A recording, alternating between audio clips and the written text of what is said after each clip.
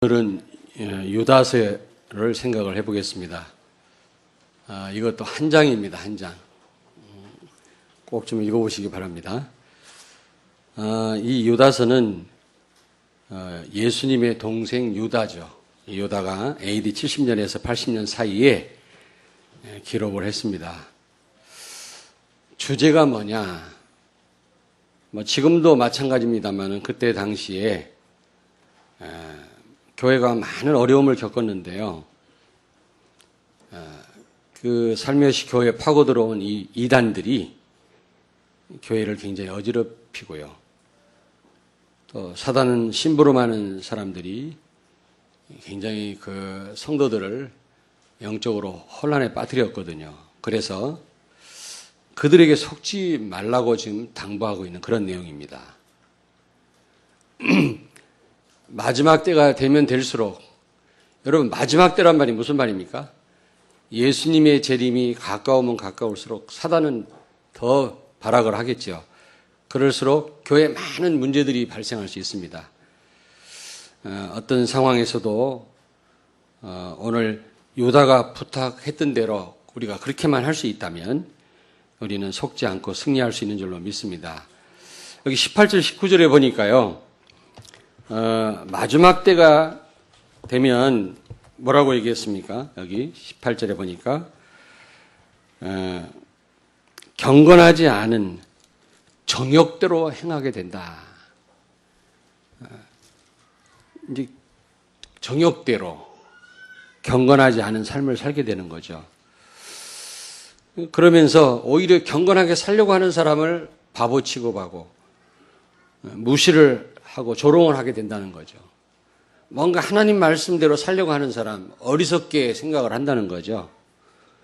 그리고 무엇보다도 분열을 일으키고 당을 지른다는 겁니다. 교회 안에서. 그래서 서로 힘을 모으지 못하도록 방해한다는 겁니다. 근데 사실은 육에 속한 사람들이 바로 이런 일들을 교회 안에서 이제 도모를 하는 거거든요. 육에 속한 자가 어떤 사람이라고 했습니까? 여기 보니까 성령이 없는 자다. 여러분, 우리는 순간순간 실수할 수 있고요. 잘못될 수 있습니다만 그게 습관적이라면, 그게 계속된다면 그거는 분명히 아니죠. 열매를 보고 그 나무를 안다고 그랬거든요. 지속적으로 우리가 이렇게 정욕대로 살고 또 어떻게 해요? 여기 보니까 오히려 경건한 사람들을 무시하고 자꾸 교회를 분열시킨다면 그거는 오늘 여기 보니까 성령 못 받은 사람 아니냐? 성령이 없는, 이건 무서운 얘기거든요. 구원 못 받은 사람이 아니냐? 일시적으로는 그럴 수 있습니다. 연약하니까. 그러나 이게 계속 반복된다. 그거는 한번 생각해 봐야 되지 않겠냐. 유다는 뭐라고 얘기했냐면 육에 속한 자요, 구원 못 받은 사람이라는 겁니다. 그런데 이런 일들이 마지막 때에 많이 일어나는데 잘 분별해야 될 뿐만 아니라 속지 말아라는 거죠. 근데 우리가 결심한다고 우리가 속지 않을 수 있는 게 아니라 네 가지를 꼭 우리가 명심하셔야 돼요. 네 가지.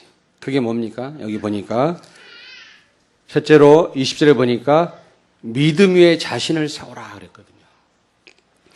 우리가 이런저런 이제 가면 갈수록 자꾸 교회 안에 이런 문제들이 많이 생길 텐데 당을 짓고 막 분열하고 오히려 하나님 말씀대로 살려고 하는 사람들을 무시하고 멸시하고, 지난주에는 요한 3세에 보니까 순회 전도자를 대접하는 사람들을 내쫓았다고 그랬잖아요.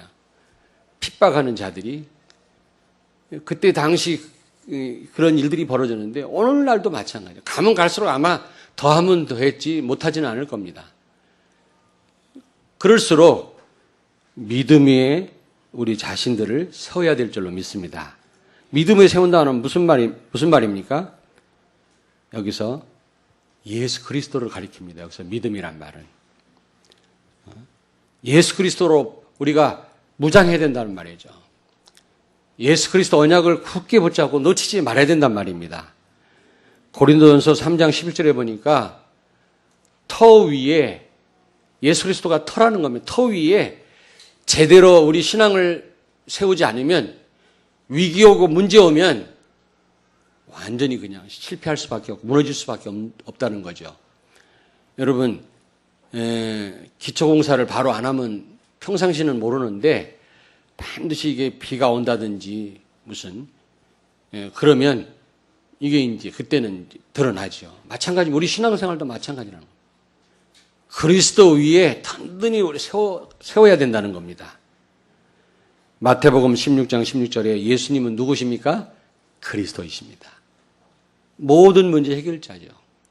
왕, 제사장, 선지자로 오셔서 우리가 해결할 수 없는 이 사단 또 죄, 하나님 떠나 지옥 가는 문제를 해결하신 분이란 말이거든요. 한마디로 말하면 모든 문제 해결자라는 뜻입니다. 그리스도란 말은. 많은 분들이 이 그리스도가 무슨 말인지를 몰라요. 그냥 교회만 다니는데 여러분 굉장히 중요한 단어입니다. 예수님의 직분이지요. 모든 문제 해결자다. 근데 요한복음 14장 16절 17절에 보니까 이분이 우리와 영원히 함께 하신다고 그랬어요. 성령으로. 아멘? 그렇다면 진짜 문제될 게 없다. 여러분 이게요. 지식이 아니라 진짜 여러분 믿어지고 우리 삶 속에 누려져야 된다는 겁니다.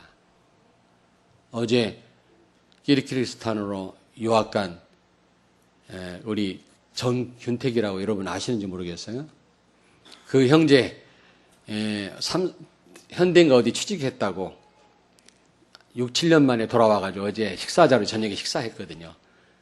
근데 이런저런 얘기 하다가 그 렘넌트 하는 말이 자기가 있던 그 키르기스탄에 있는 교회, 중앙아시아거든요. 그 비시케크에 있는 교회인데 제가 2년 전에 갔다 왔죠. 근데 그 교회 조종재 선교사님이 지금 모스크바로 가셨대요. 근데 이 선교사님은 복음 편지를 가지고 10몇 년을 계속 하신대. 하는 분도 대단하고 듣는 성도들도 대단하지. 워낙 공산주의 치하에서 잘못된 생각이 굳어져 있어가지고 복잡한 말하면은 못 알아듣는. 거기다 통역을 세워서 전달하니까 더더군다나. 그래서 복음 편지를 계속 한대요. 이야, 대단하다. 근데 성도들도 이게 질리지 않나 봐요. 계속 예수 그리스도만 말. 어제도 핵심 메시지 나왔죠.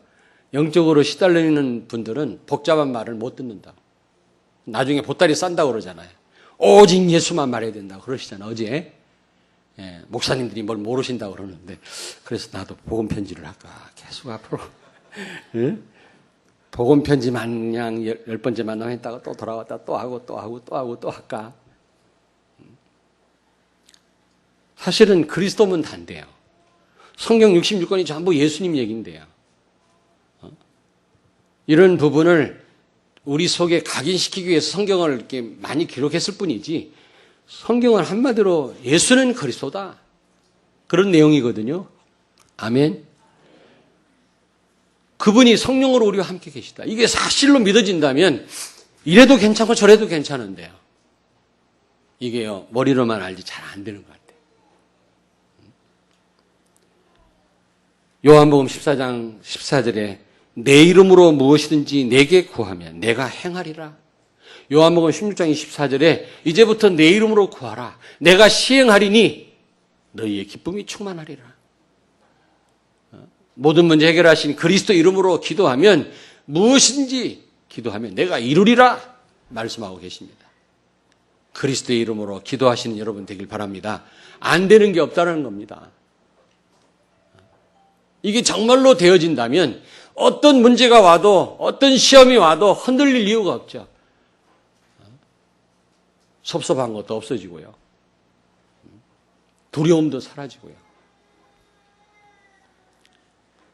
마태복음 17장 8절에 보니까 베드로, 요한, 야고보, 예수님 넷이서 변화산 올라갔는데 모세와 엘리야가 나타나고 예수님도 변형됐다고 그랬잖아요.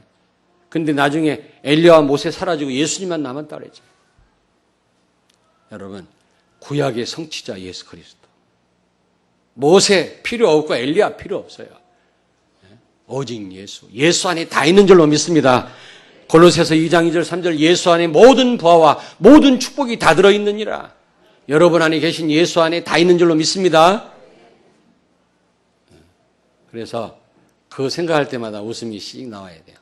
예수 안에 다 있지. 나 다 가졌지. 지금 비록 내가 어렵지만 필요하면 하나님 주시겠죠. 예수 안에 다 있는데. 그래서 그거 생각할 때마다 웃음이 가끔 나오셔야 돼요. 나오세요? 난 다 가졌는데. 저 사람은 어떻게 저렇게 부자가 됐을까? 부러워가지고 입 벌리고 있는 게 아니라 그래 말이야. 참 불쌍하구나. 복음 없구나 저 사람. 나는 다 가졌는데. 생각할수록 기쁘고요. 웃음이 나와야 돼. 정말 그렇게 되지 않으면 우리는 흔들릴 수밖에 없단 말이죠. 그래서 오늘 유다가 뭐라고 부탁을 합니까? 믿음 위에 자기를 세워라 그랬어요. 그리스도 언약 위에 우리가 굳건히 서야 될 줄로 믿습니다. 혹시 삶이 여러분을 속일지라도, 환경이 언약과 충돌이 일어날지 할지라도, 괴리감이 있다 할지라도 하나님의 언약을 굳게 붙잡으시길 바랍니다. 아멘. 승리합니다. 흔들리지 않습니다. 신념은 무너져요. 결심은 무너져요.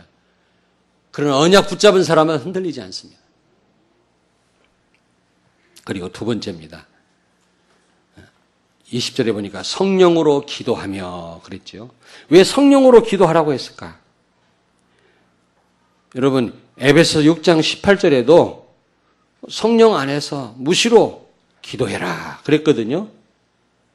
왜 성령 안에서 기도하라고 그렇게 말씀했을까요? 여러분 성령을 소유하지 못한 자는 기도해도 응답받을 수 없어요. 그리고요 귀신이 역사할 수밖에 없습니다. 저는 예수 무당이란 말 여러분 들어보셨죠? 결혼 못하는 노처녀가 권사님한테 예언기도 받고 왔다. 우리 교회는 그런 말이 전혀 없는데 그런 얘기를 예전에 많이 들었다. 그 전부 귀신의 역사입니다. 예언의 은사라는 건 그게 아니에요. 점치는 게 아닙니다. 성경은 그렇게 말씀하고 있지 않습니다. 귀신의 역사예요, 그거는요. 그리고 스님들도 입신을 하더라고요. 내가 성모병원 신방 갔는데 수녀들이 들어와서 막 방언기도 하더라고요. 귀신 방언도 많습니다. 그러므로 우리가 정말 성령으로 기도하셔야 돼요. 먼저는 내가 정말 하나님 자녀여야 되고 내가 제대로 성령 안에서 기도할 때 제대로 응답받고 어떤 환경도 이길 수 있는 힘을 하나님이 주실 줄로 믿습니다. 성령 안에서 기도한다는 말은 뭐냐? 먼저 구원받아야 되고요. 두 번째로 언약 잡고 기도해라. 그 말. 언약. 하나님은 언약의 하나님이십니다. 우리는 너무 감정적이에요. 한국 사람들은. 감정에 붙었다 떨어졌다 그럽니다. 굉장히 한국 사람이 감정적이라고 그래요. 그래서 막 기도할 때 눈물 나면 오늘 기도 제대로 한 것 같아. 그럼 눈물 안 나오는 분들은 되게 부러워해요. 저분은 막 눈물 흘리면서 간절하게 기도하는데 왜 나는 눈물이 안 날까? 그래가지고 옛날 자기를 마음 아프게 했던 그 짝사랑 생각하면서 눈물 흘립니다. 그래야만 여러분 기도가 제대로 된 겁니까?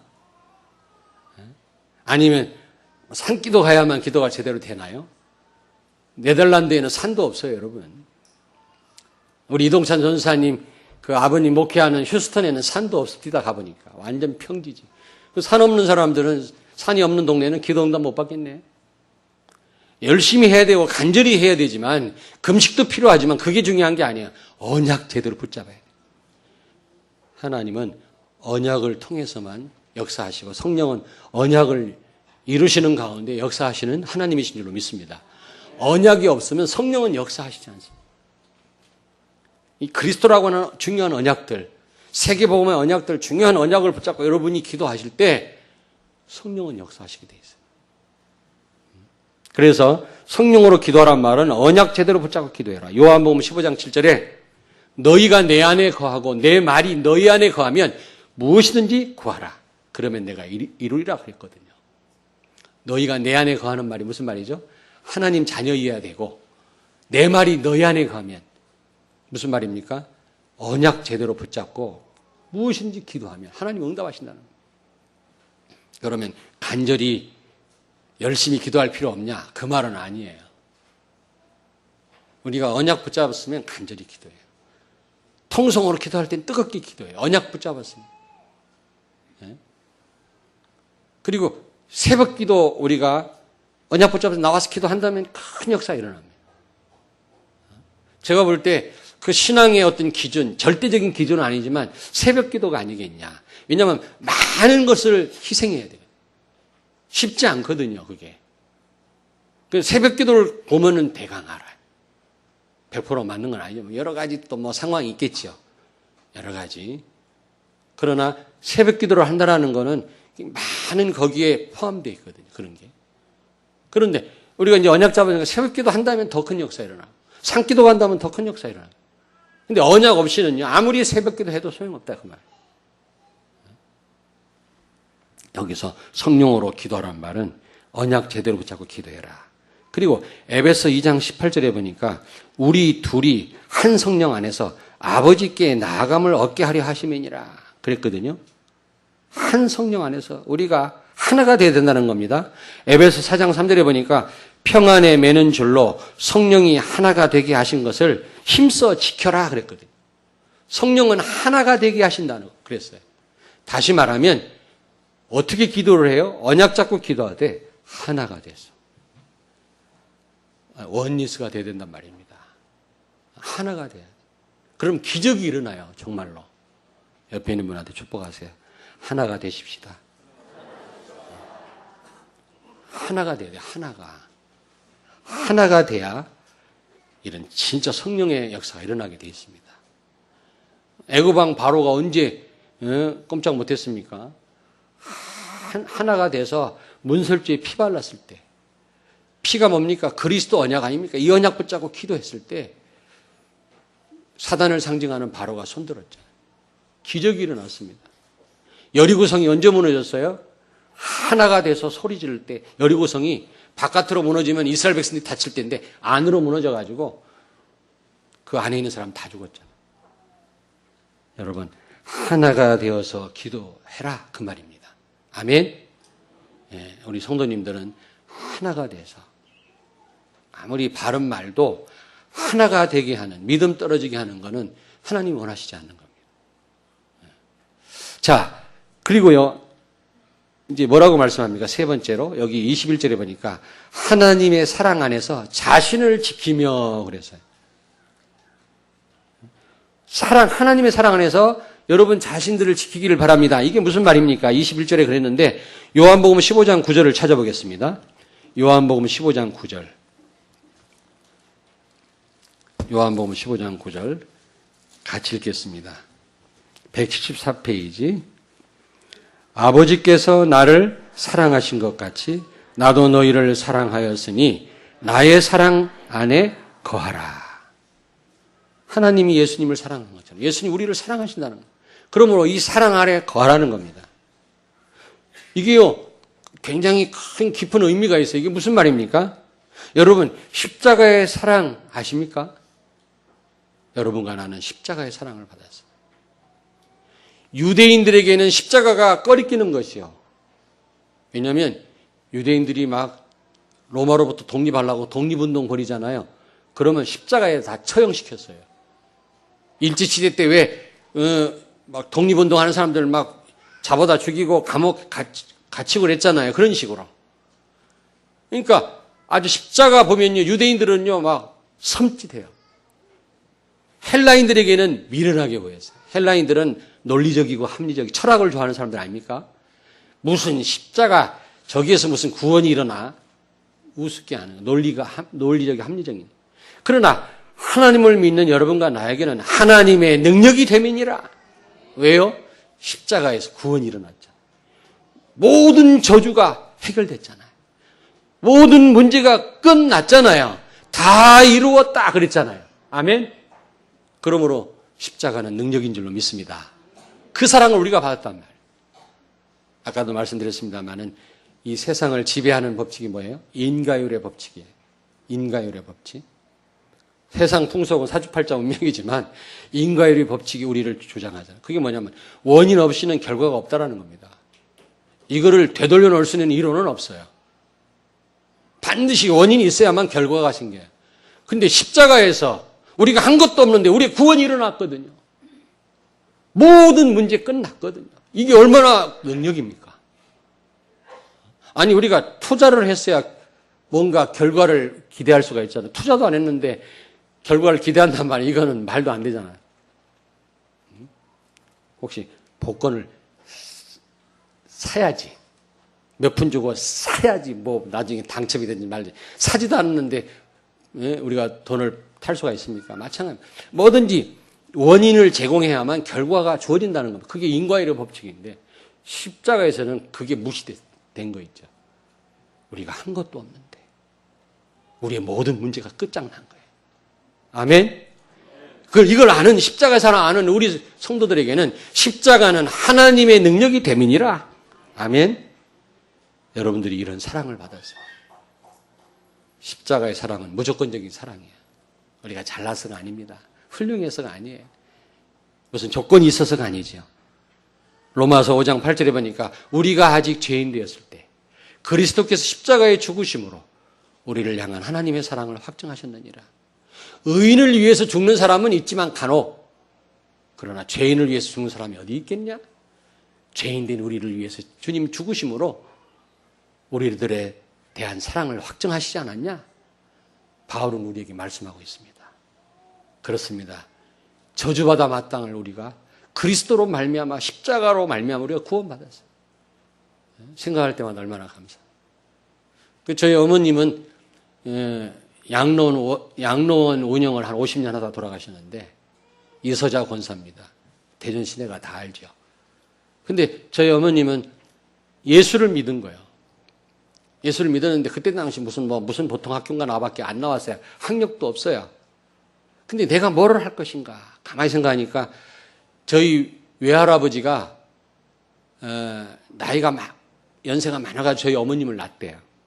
저희 학교에서 학부형 오라고 그러잖아요. 저희 외할아버지 학교 가면 애들이 야 니네 할아버지 왔다 막 그랬다는 거예요. 너무 늙어가지고 나가지고. 그래서 그런지 몰라도 노인들이 좋더래요. 저희 어머님이. 또 하나는 내가 이 십자가의 사랑 우리만큼은 잘 우리 어머님이 몰랐어도 참 이 사랑을 받았는데 내가 뭘 하면 좋겠냐. 내가 무식한 내가. 그러다가 길바닥에 6.25 동란에 피난 갈 때 버리고 간 노인들을 모시기 시작했어요. 폐허가 된 집에 모셔다가 깨진 장독대에서 된장 퍼다가 막 타가지고 노인들 먹이고 나병에 걸려가지고 막 고름이 막 흘러내리는 노인들 다 닦아드리면서 그래서 양로원을 시작했어요. 양로원 양자도 몰랐는데 닥터 톨이라고 하는 대전 담당하는 대전 선교사 미국 사람이 그 아들이요 대천덕 신부지요. 근데 이분이 의순대요. 손이 이게 깔구리 같은 거 하고 다니다. 어릴 때 제가 보니까. 근데 이 미국 사람 이 선교사가 저희 어머님을 보고 야 한국에도 어떻게 이런 여성이 있냐. 그래서 주선해 갖고 양로원을 세워줬어요. 저희 어머님은 양로원이라는 거 몰랐어요. 그냥 하나님의 이 십자가의 사랑, 이 무조건적인 사랑 너무 감사해서 이 영원한 사랑, 변함이 없는 이 사랑 이거 받았는데 어떻게 하면 내가 좀 갚을 수 있겠냐. 그래갖고 노인들 모시기 시작했어요. 그게 양로원이 됐어요. 근데 너무 전쟁 끝나갖고 우리나라가 얼마나 어렵습니까? 노인들에 대해서 국가가 관심이 없으니까 국회의사당 들어가가지고 혈서를 썼어, 저 어머니. 국회의원들아 들어라, 똑바로 들어라. 노인들이 이렇게 하면 되겠냐 말이야. 그래서 노인복지법이 처음 제정됐다고 그래, 그때. 그 사진이 있습니다, 다. 어머님 얘기도 괜찮잖아요. 근데 저희 어머님은요, 10명 남자도 저희 어머님을 못 이겨요. 문제가 생기면 생길수록 더 차분해지는 분이. 오히려 더 그렇습니다. 그런 분인데요. 울보였어요. 울보. 계속 울었어요. 십자가 예수 말만 나오면 울었어요. 정말 그랬습니다. 교회에 무슨 행사 있다. 밤새도록 약과 만들어. 구멍 뻥뻥뻥 들어가. 약밥 만들어서 다라에다 담아갖고 내가 할 수 있는 건 이거밖에 없다. 다 무슨 일만 있으면 다 교인 다 먹여요. 교인이 1,500명이에요. 중북 장로교회가.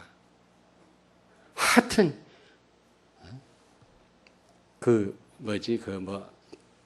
조청인가 뭐 발라가지고 옆에서 우리도 슬쩍 얻어먹고 이제 그렇게 했는데 그런 생각이 나요. 여러분, 십자가의 사랑을 받은 분들임을 기억하시기 바랍니다. 영원한 사랑이. 지금도 성령으로 함께 계셔서 우리를 끝까지 책임지시고 인도하시는 이 하나님의 사랑. 여러분, 이 사랑을 여러분이 알고요, 의심하지 말라 그 말이에요. 결국 하나님의 사랑 안에서 자신을 지키란 말은 이 사랑을 알고 여기에 대한 확신을 가지고요, 이 사랑에 대해서 의구심을 갖지 말라는 겁니다. 하나님의 사랑. 자, 여기 저를 보세요. 창세기 3장 1절에 보니까 마귀란 놈이 하와한테 와서 뭐라고 유혹을 했죠? 저 에덴 동산에 있는 나무 열매 다 따먹지 말라 하시더냐? 맞아요, 틀려요? 틀리죠. 다 따먹되 선악과만 따먹지 마라 이랬는데 마귀란 놈은 모든 나무의 열매를 다 따먹지 말라고 그랬지. 잘못하면 속아 넘어가요. 잘 생각해야 돼요. 여러분 구분하셨습니까? 하나님은 다 따먹되 선악과만 따먹지 말라고 그랬는데 마귀는 다 따먹지 말라고 하시더냐 그랬다. 마치 하나님이 우리에게 손해를 주는 사람인 거죠. 교회가 여러분에게 크게 손해를 주는 것처럼, 예배가 여러분들한테 별 도움이 안 되는 것처럼 속입니다. 속지 마세요. 예배처럼 큰 축복이 없어요. 정말입니다. 어떤 분이 암 걸려가지고 병원에 누워있으면서 내가 물어봤어요. 소원이 뭡니까? 궁금해서 한번 물어봤더니 교회 나가는 거예요. 예배 드리는 거. 예전에 교회 갔다 오는 우리 와이프를 나무로 만든 목침으로 머리통을 쳤대요. 교회 갔다 왔다고. 그랬던 난데 교회 가고 싶다. 예배 드리고 싶다고. 이미 이제 암 걸려가지고 암이 다 퍼져가지고 꼼짝을 못해. 예배가 얼마나 여러분 중요한지 아십니까? 네? 여러분, 예배를 통해서 하나님 축복을 쏟아붓습니다. 아멘? 십자가의 그 사랑, 지금도 성령으로 계속되고 있습니다. 영원합니다. 이거를 여러분이 의심하지 마라 그 말이에요. 하나님의 사랑 안에서 우리 자신들을 지키시기를 바랍니다. 말이 안 나오네. 네 번째, 마지막 네 번째입니다. 예수 그리스도의 긍휼을 기다리라 그랬죠. 오늘 여기 유다서 1장 21절을 같이 읽겠습니다. 하나님의 사랑 안에서 자신을 지키며 영생에 이르도록 우리 주 예수 그리스도의 긍휼을 기다리라. 긍휼을 기다리라. 여기 삼성동에, 대전 삼성동 114번지가 제가 태어난 동네인데, 그 삼성동 거기에서 양로원을 시작했거든요. 저희 어머님이. 오늘 이왕 얘기 나온 거 양로원을 시작했는데, 그 위에가 바로 언덕 위에 그 일본 사람들이 이 철도 공무원들이 사는 관사를 져놨어요. 근데 관사를 이렇게 몇 개 사가지고 뜯어 고쳐가지고 교회를 세웠. 그게 지금 동부교회인데 우리 형님이 담임 목사죠. 그런데 내가 어릴 때 거기 밑에 지나다녔어요. 제가 어릴 때. 이렇게 막 눈이 오면 못 올라가. 미끄러져. 거기. 그 왜냐면 위에 종각이 있고요. 산 꼭대기에. 그 옆에 무슨 동아공고? 공고가 있고요. 개병공고인가 동아공고인가 하여튼 뭐 있어요. 지금 삼성동에. 그 옆에 동부장로교회라고 큰 교회 세웠죠. 그러니까 그 밑에 양론이 있었잖아요. 그래갖고 이제 뭡니까? 하여튼 저희 어머님 사랑을 안 받은 사람이 그 동네 싹 다. 6.25 끝나고 얼마나 우리 민족이 어려웠습니까? 그러니까 미국 사람들이 이 고아원에는 이 뭡니까? 구제품을 많이 보내요. 근데 양로는 안 보내. 얼마나 계산이 빠른지 몰라요. 미국 사람들도요. 고아원 그 어린 아이들은 나중에 성장하니까 미국에 대한 고마움을 갖도록 하기 위해서. 양로는 뭐 보내는 것도 없어. 그러나 간혹 이렇게 뭐 구제물자 같은 거 보내면 예전에 살고 말린 것도 미국에서 오대. 실컷 먹었습니다만 저도. 노인들이 쉬어서 못 잡수더라고. 그런데 하여튼 이런 걸 보내면 어머님이 다 나눠주고 동네 사람 다 굶주렸으니까요. 저희 어머님에게 도움 안 받은 사람이 없어요. 저희 형님이 그 교회 딱 가니까 다 도움 받은 사람이에요. 다 저희 어머니. 저희 형님 하면 꼼짝 못해요. 막. 사랑을 다 받아 저희 어머님. 아니, 부럽진 않아요. 여러분들은 사랑 받는데 뭘 제가 부러울 게 뭐가 있습니까? 가니까 저희 형이 유치부 다녔던 기록이 남아있더래. 유치부 다닐 때 저는 너무 어렸었고요. 그래서 제가 좀 한 할 때 그 어떤 막 그냥 문둥병 걸려갖고 어떤 할머니가 찾아왔대요. 찾아와서 나 좀 배고파, 나 좀 도와달라고 그러더래. 너무 이 문둥병이 심각하고요. 이분은 완전히 옮기는 거라, 옮기는 거. 나병. 그래서 가시라고. 가요, 오지 마세요. 가세요. 근데 제가요, 좀 하는 제가 2살짜리인가. 하여튼 제가 앉아있다가 예수님이 가시네. 그랬대. 예수님이 간다. 그랬대. 우리 어머님이 깜짝 놀래가지고 할머니를 모시고 와서 씻어드리고 고름을 다 닦아드리고 뭐 미음을 먹여드리고 그러더니 조용히 돌아가시더래요.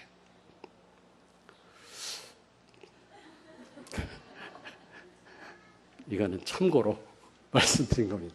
어쨌든 여러분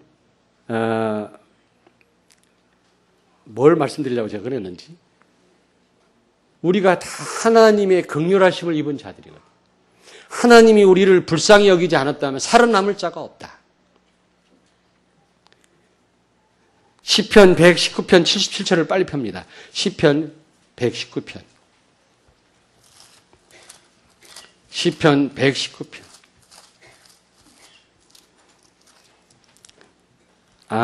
저희 어머님한테 사랑을 받았고 동네 사람들이 긍휼하심을 입었기 때문에 우리 형님이 사랑을 받는다는 겁니다. 성도들한테. 시편 119편 77절을 같이 읽습니다. 77절을 같이 읽습니다. 주의 긍휼이 여기심이 내게 임하사 내가 살게 하소서. 주의 법은 나의 즐거움이니이다. 아멘. 주님 나를 긍휼히 여기시고 불쌍히 여겨 주옵소서. 그래야 내가 살겠나이다. 그런 고백이에요. 하나님이 우리를 불쌍히 여기지 않는다면 내 죄 때문에 내가 망할 수밖에 없어요. 그러나 하나님이 우리를 불쌍히 여기시는 겁니다. 특별히 예수님이 우리 인간의 육신을 입고 오셔서 인간의 삶을 경험을 하셨기 때문에 우리 연약한 부분을 다 아세요. 그러므로 오늘도 인내하시고 우리를 긍휼히 여기시는 줄로 믿습니다. 여러분, 이 긍휼을 기도해라. 긍휼을 구하라는 겁니다. 이것처럼 큰 축복이 없다라는 거죠. 시편 40편 11절. 자, 좀 찾습니다. 시편 40편 11절을 같이 읽겠습니다. 831페이지. 시편 40편 11절입니다. 831페이지. 같이 읽겠습니다. 여호와여 주의 긍휼을 내게서 거두지 마시고 주의 인자와 진리로 나를 항상 보호하소서. 주의 긍휼을 내게서 거두지 마시고 주의 인자와 진리로 나를 항상 보호하소서. 여러분, 하나님의 긍휼하심 때문에 우리가 안전한 줄로 믿습니다. 시편 77편 7절 9절 같이 읽습니다. 시편 77편 7절에서 9절을 같이 읽겠습니다. 시편 77편 7절에서 9절 857페이지. 주께서 영원히 버리실까? 다시는 은혜를 베풀지 아니하실까? 그의 인자하심은 영원히 끝났는가? 그의 약속하심도 영구히 패하였는가? 하나님이 그가 베푸실 은혜를 잊으셨는가? 노하심으로 그가 베푸실 긍휼을 끊으셨는가 하였나이다. 아멘. 이렇게 되면 큰일 나겠죠. 은혜를 베풀지 않으시고 인자하심을 끝내고 그리고 긍휼을 그치신다면 우리는 아무 소망이 없어요. 지옥에 내려가는 자와 같을 것입니다. 우리는요. 시편 86편 15절. 자, 시편 86편 15절. 시편 86편 15절입니다. 865페이지. 그러나 주여 주는 긍휼히 여기시며 은혜를 베푸시며 노하기를 더디하시며 인자와 진실이 풍성하신 하나님이시오니. 아멘. 노하기를 더디하시는 분이시고 긍휼을 베푸시는 분이시다. 그래서 우리가 긍휼하심을 입는다면 이것처럼 큰 축복이 없고요. 우리는 이 긍휼하심을 구해야 돼. 하나님 앞에 나를 불쌍히 여기시옵소서. 살아남을 자가 없는 겁니다. 우리는요. 시편 145편 9절에 보니까 여호와께서는 모든 것을 선대하시며 그가 지으신 모든 것에 긍휼을 베푸시는도다. 아멘. 하박쿠스 3장 2절을 같이 읽습니다. 마지막으로 하박쿠스 3장 2절 뒤에 있습니다. 하박쿠스 3장 2절 1304페이지 구약성경 하박쿠스 3장 2절을 같이 읽겠습니다. 여호와여 내가 주께 대한 소문을 듣고 놀랐나이다. 여호와여 주는 주의 일을 이 수년 내에 부응하게 하옵소서. 이 수년 내에 나타내시옵소서. 진노 중에라도 긍휼을 잊지 마옵소서. 아멘. 혹시 내가 범죄해서 주님이 진노하신다 할지라도 그 가운데서도 나를 조금이라도 생각해 주세요. 그런 고백이에요. 하나님이 이런 기도를 얼마나 기뻐하시겠습니까? 주님이 많이 나에 대해서 진노하시더라도 조금이라도 나를 불쌍히 여겨주세요. 이 기도를 우리가 해야 된다는 겁니다. 하나님의 긍휼하심이 없으면 우리는요, 안전할 수가 없는 겁니다. 그리고 우리가 이 긍휼을 베풀으라는 겁니다. 마태복음 9장 13절에 제사보다 하나님은 긍휼을 더 기뻐하신다 그랬어요. 오늘 유다서 1장 22, 23절에도 본문 말씀에도요. 연약한 사람을 긍휼히 여겨라 그랬어요. 우리가 긍휼하심을 받았고 또 우리가 긍휼을 구할 뿐만 아니라 긍휼히 여겨야 된다. 불쌍히 여겨야 된다. 그랬어요. 한번 옆에 있는 분한테 축복하세요. 긍휼히 여기십시다. 다른 사람을 불쌍히 여기고 긍휼히 여기자. 그 말이에요. 이렇게 네 가지가 되어지는 성도는 틀림없이 어떤 유혹에도 속지 않고 승리할 수 있는 줄로 믿습니다. 결론입니다. 다음 주가 맥추 감사주일인데 맥추절 의미가 뭐죠? 자, 구약 시대에는요. 광야에다가 초막을 짓고 맥추절을 지켰어요. 예수님 당시에는 성전에서 맥추절을 지켰어요. 지금은 맥추절을 어떻게 유대인들이 지키느냐? 베란다에다가 초막을 줘놓고 지금 출퇴근합니다. 일주일 동안. 우리는 맥추절을 어떻게 지키죠? 의미를 알고 감사하고 하나님 앞에 특별 감사헌금 드리죠. 맥추절의 의미가 뭡니까? 두 가지를 했어요. 회상하고 기대했어요. 뭘 회상했습니까? 과거 조상들이 40년 동안 광야를 걸을 때 하나님이 반석에 물을 터뜨렸고 만나를 주시고 메추라기를 날려서 그들을 먹이셨잖아요. 밤에는 불기둥, 낮에는 구름기둥으로 인도하셨잖아요. 그걸 생각하면서 감사했던 겁니다. 우리 맥주 감사주일 날 뭐 해야 되냐? 지금까지 나를 인도하시고 지키신 하나님께 감사하는 거예요. 두 번째, 기대했어요. 뭘 기대했어요? 그렇게 40년 동안 우리 조상들을 인도하신 하나님이 우리의 현재와 미래를 완벽하게 인도하시지 않겠냐? 기대하면서 감사했던 날입니다. 그런 절기예요. 그런데 이게 성취돼서 안 됐어? 성취됐어요. 예수 그리스도를 통해서 오신 성령께서 우리의 과거도 지키셨지만 우리 현재도 지키고 계시지만 미래도 완벽하게 지키실 것이다. 아멘. 믿으시기 바랍니다. 우리가 조금만 성령의 인도 받는다면 우리는 승리할 줄로 믿습니다. 어떤 문제가 와도 문제가 되지 않습니다. 사단이 아무리 발악을 한다 할지라도 우리는 속지 않습니다. 아멘. 그래서 우리가 바로 하는 것도 중요하고 최선을 다하는 것도 중요하고 열심히 하는 것도 중요하지만 그보다 더 중요한 것은 성령의 인도를 받는 거거든요. 이 맥추절의 의미를 성취하신 예수 그리스도.